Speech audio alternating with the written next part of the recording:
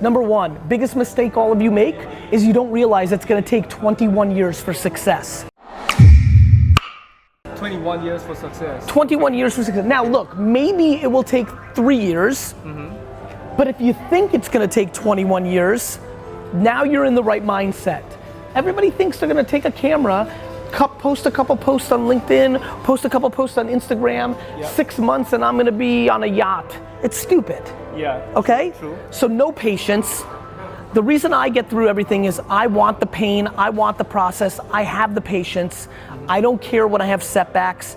I know that I'm asking for something special, and if you're asking for something special, it should be hard. Okay, true. Like, true. why are you entitled to be a millionaire? In America, one of the wealthiest countries in the world, the top 1%, at the bottom of the top 1%, you make $440,000 a year. If you make $440,000 a year in America, you're in the 1% earners in America. Oh, okay, interesting. Most people don't understand what it is to do a million. Everybody thinks everyone should do a million. I laugh at a million.